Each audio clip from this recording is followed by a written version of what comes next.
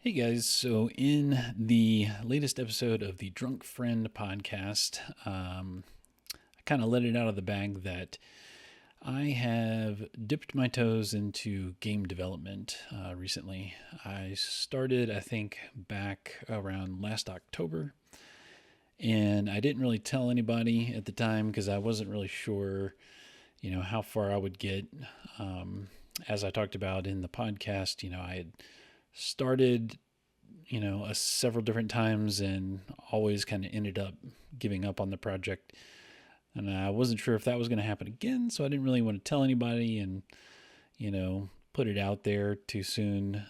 But now that the cat is out of the bag, I figured, it'd probably be a good idea to kind of, document my progress just for my own purposes, just to kind of see how things progress over time.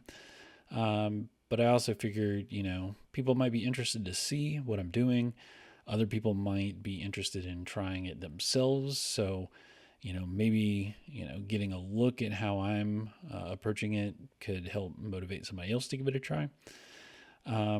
So, yeah, I'm just going to, start maybe making these videos every once in a while just to kind of document my process, update people who care about how things are going, maybe challenges that I run into, or new things that I figure out and implement. So let's just go ahead and take a look at what my progress is right now. So this might be a little hard to see because I'm trying to make like a dark fantasy game, so I wanted it to be dark and gloomy. So I have the lighting set really low, but I'm going to bump this up a little bit just so you can kind of see better. It won't look exactly how I want it to look, but at least you can kind of see what I'm talking about here. All right, because I wanted to make an open world game, I knew the first thing that I was going to need is a landscape to actually build everything on top of. And so the first thing I did was I found a YouTube tutorial that taught you how to create a landscape in a third-party software called Gaia, how to import that into Unreal, and then how to create a material for the landscape that would automatically adjust the textures so that you can essentially get something that looks like what's on screen now, where you have snow on top of the mountain peaks, you've got rocky terrain kind of on the slopes, grass in the valleys, and then like some dirt and mud kind of down in the lowest elevations there. So this tutorial, which I will link in the description of this video, kind of took you through the process of like starting from absolute zero to ending up with a terrain that looks like this. And it was a very long tutorial. It was about 6 or 7 hours because essentially you are making, let me see, if you look at this window down at the bottom, these are all separate material functions that the tutorial walks you through how to create. There are quite a few of them. Some of them are fairly small. Some of them are very complex. I'll open one up here so you can kind of see it. So this is an example of the visual coding, node-based coding that I talked about in that podcast.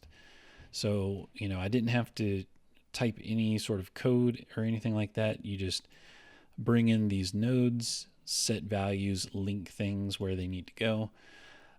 And when I was doing this, I had absolutely no idea what any of this really meant.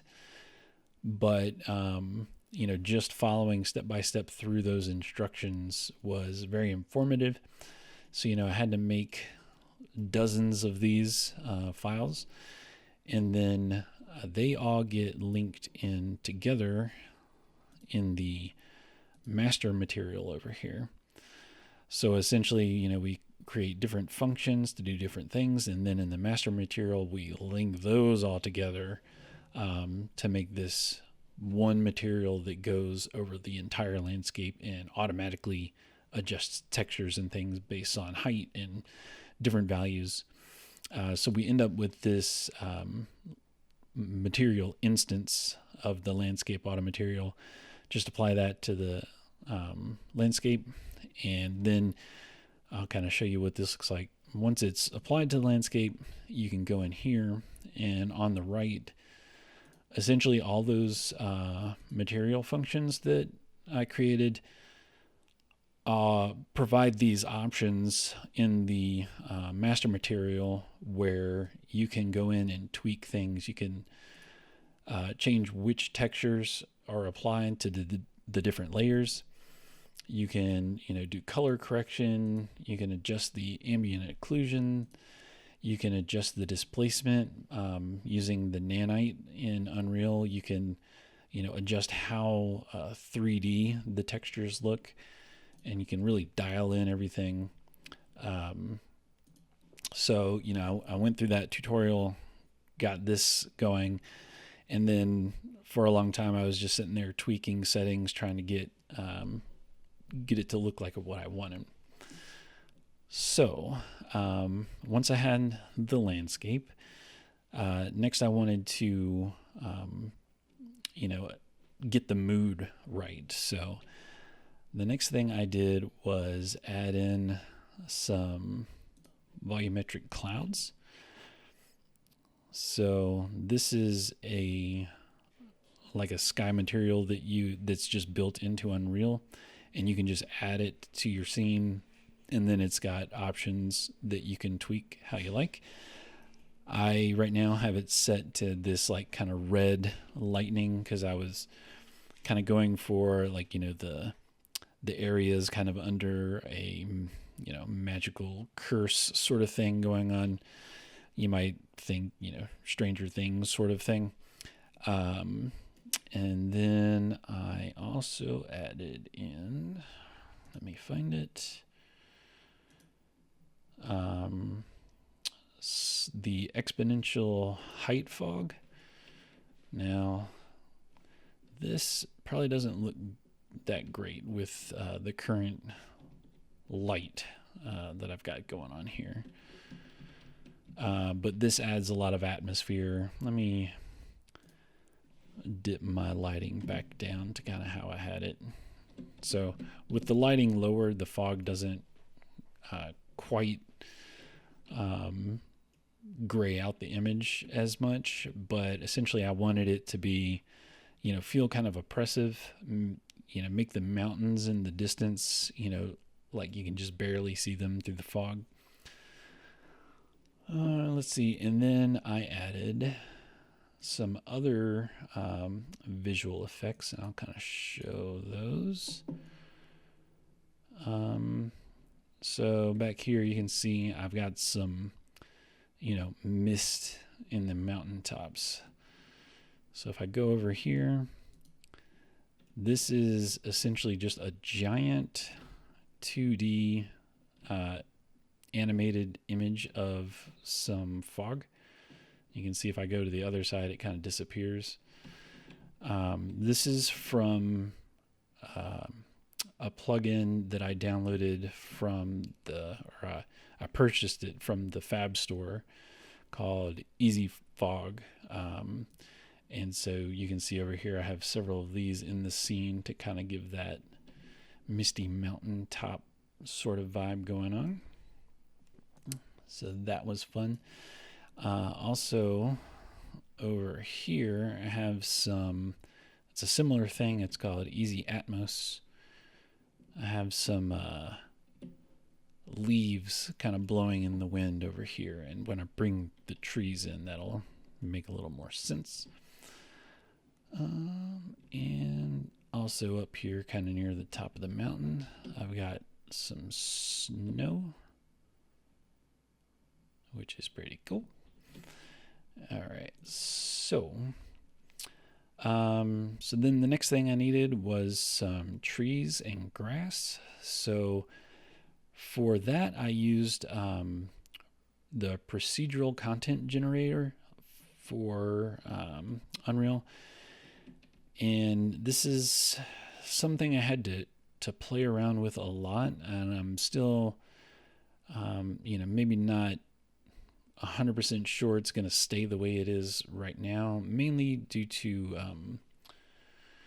performance issues. Sometimes I get some crashes, and I'm wondering if it's like too many trees or something like that. But essentially, I downloaded free from the Fab Store. I forget what they're called. It's like mega plants. It's these essentially like procedurally generated trees that have wind in them, and then I create this giant volume. If I zoom way out, you might be able to see it. So this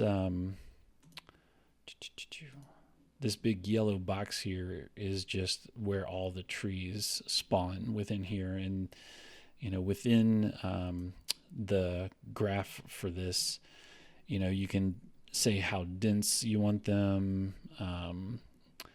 You can adjust, the range of heights and the scale and the rotation and all that stuff, so it doesn't look like just a grid of trees, and you can kind of see it does a pretty good job of having clumps here and there, so it looks kind of natural. And then this white line you see here is a spline that I'm using to like prevent the grass and the trees from spawning on the path that I made. That's something I'm still kind of figuring out, because there are some areas like, I want to build like a little village or something, and I don't want the trees to spawn there. Still trying to figure out exactly how to make that work. But right now, I think it looks pretty cool. And let's see. Next thing I did was add in some buildings and things, and so I'll show those. So generally, the idea right now is the player's going to kind of start over on this little mountain pass. They're going to head up this way, up the mountain, and then they're going to kind of come to the the border of the region. Actually, something else I need to show is the rocks that I added. So I added a bunch of giant boulders around different areas to kind of give it a mountainous, rocky look going on here. So yeah, the player's going to come up here. This is going to be like the gate to the region. This particular model here is something that I purchased from the Fab Store. I bought something called the medieval mega builder pack. It was something like 6 different packs of structures with a medieval theme, because I'm not a 3D modeler and it would take me forever to figure that out. So that is something that I paid for. Most of the assets that I get are free on the Fab Store, but that one I did pay for because need those to be, reasonably good looking. So you come through here. There's going to be, a few buildings by the gate here. I was planning on having like a little tavern and maybe like a little inn for people to sleep or whatever. And then you keep going further into the realm. You come across another guard tower here, and then like a watchtower on top of the hill. So you're going to come through here. And then I'm going to have sort of like a guard house here for where the guards sleep, and then there's like a watchtower up here, so they're kind of like guarding this entrance. And then further in, the road kind of continues. I have like another little tower here, and then further on, I have it hidden right now. Let me show that. Yeah, there you go. So eventually you're going to end up out here at this massive castle in the mountains. So, what else? So, here, I'll just go ahead and.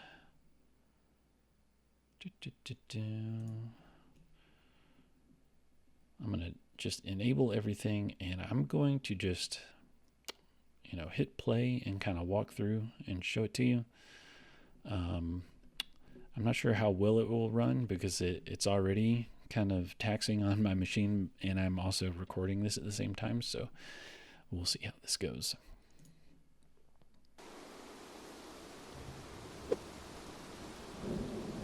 All right. Wonder if I can make this full screen. It might not run very well, but you can get a better look at it at least. Alright. So you should be able to hear the wind and the thunder that I added. So I have figured out how to, put items in the world that you can interact with. So I'm going to pick those up, and then I can equip them like this.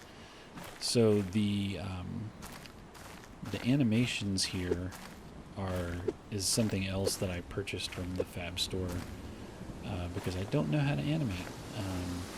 But I knew I wanted to make a first-person melee game, so this comes with essentially, Skyrim-like attacks where, depending on which way you're pressing on the keys, you can have different sorts of swings.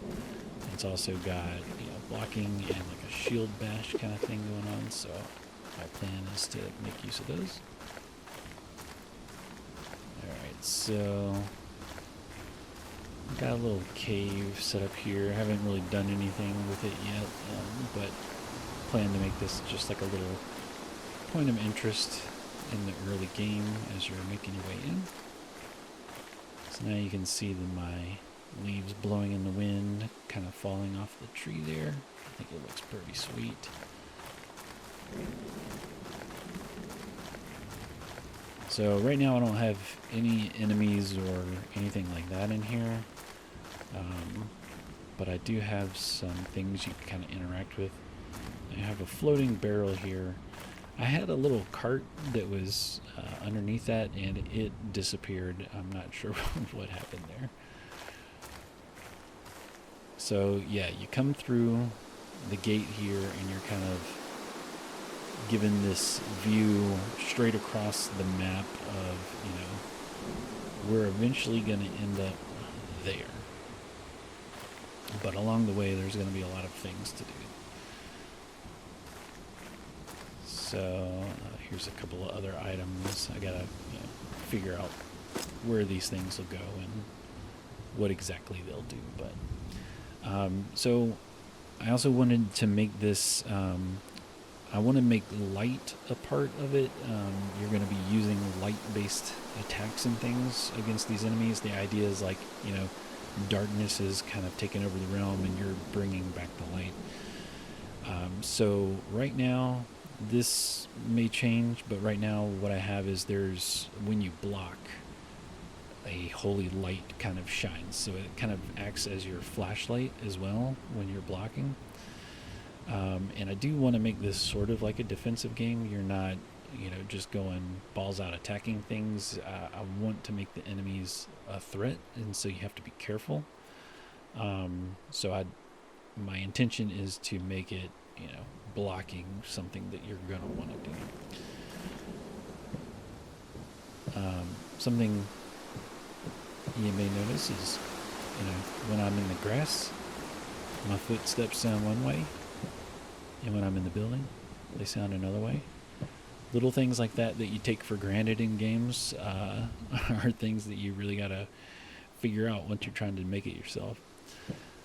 Something I've figured out is I have these little interactable torches here, so you can turn those on. So my idea right now is that essentially the realm is going to be dead. There's you know, there'll be corpses and stuff laying around. There's not going to be any sort of like life going on here other than monsters and things that you come across. So as you're going through, you're going to have to bring light torches and things like that. This is something I just figured out yesterday. So have these buildings that have ladders and multiple levels, but ladders don't just work, you know. You have to do something to make it work. And I definitely don't think I have the ability to like actually animate the first person hands like grabbing all the rungs and stuff, especially because, you know, the ladders in a bunch of these places are not exactly the same scale, so, you know, your hands wouldn't always match up with the rungs. So right now I've got just the easy method of you click the ladder and it takes you to the top. But I just figured that out yesterday, so that is something that will hopefully improve.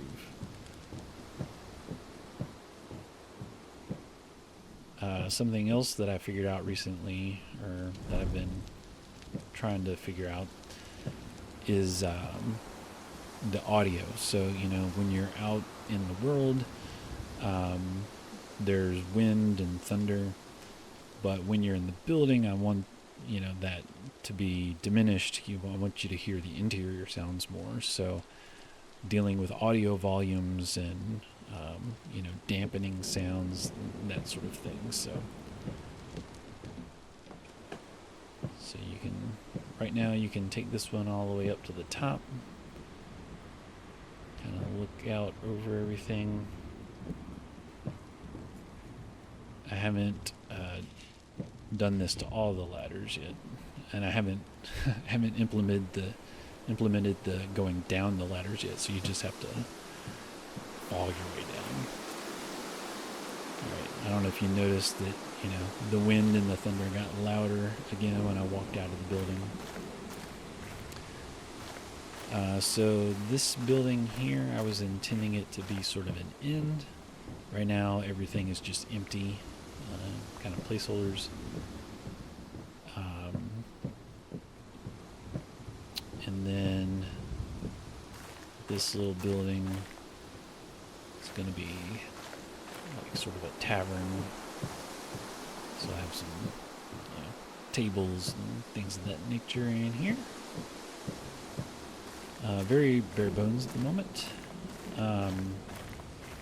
Something else I, you know, am planning to do, it's, you know, there's a road that will take you from the very beginning to this castle at the end, but I'm planning to have, you know, a handful of points of interest along the way that you won't necessarily like be pointed to or have to go to. It'll just be kind of a perk for people that decide to explore a little bit.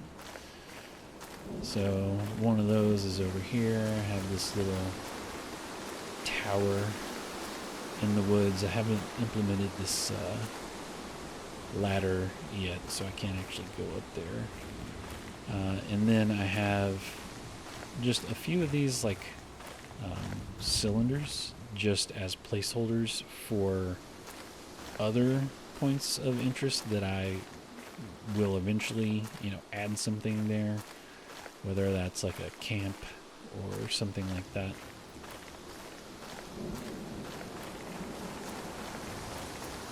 Alright, so we're gonna just continue on down the road to our next little guard tower checkpoint. Here's the watchtower on top of the hill. You can't really see that well right now. So here's another little light source that I've been figuring out. So, you know, as you come through this, you of course you still see the giant castle in the distance, but now you have another point of interest in front of you that you'll go by. But, you know, I'm assuming before you do that, you're going to check out what's on top of this hill here.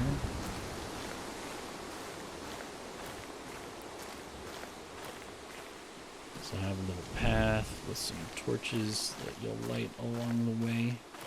It's starting to chug a little bit because we're kind of high up and we're seeing a lot of different things, I think. So the idea for this area, it'll be like a watchtower, kind of guard post. So I plan to have some things out here in the courtyard, like archer targets and that sort of thing. You can kind of see my little cylinders out there for my points of interest.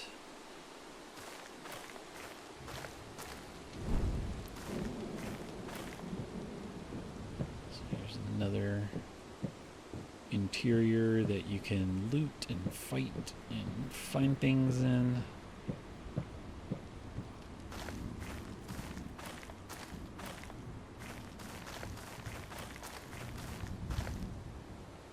So right now, when you kind of look out across towards the castle, it's mostly just forest. Eventually, I do want to have, like, at the foot of the mountain by the castle, I want there to be sort of a village there that's bigger than anything else that you come across. So eventually, this area kind of right in front of you, near the foot of the mountain, will be, a handful of buildings and things, and a last place to kind of fight and explore before you make your ascent towards the final castle. And it's really chugging now. Hopefully it still is recording okay. I don't have fall damage, and I don't have any sort of damage programmed in right now. I don't have any sort of health or stamina or damage numbers or anything like that. I haven't worked on any of the systems yet. I'm just working on the world essentially and just figuring out how to make items and that sort of stuff. So that is definitely going to be something that is probably going to be a lot harder than what I've done so far, and I am kind of putting it off a little bit. But who cares? I'm having fun.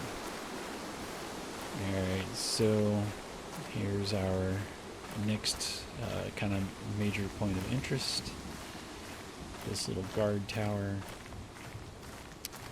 And definitely will pepper in some other points of interest along the way here. Just haven't gotten this far yet. I'm kind of starting near the front and kind of filling things in towards the back as I go. And the plan right now is to kind of have the bare bones of what I want in place before I start like trying to actually get the systems in. And then once I have the systems, like the combat and the enemy AI and that sort of stuff,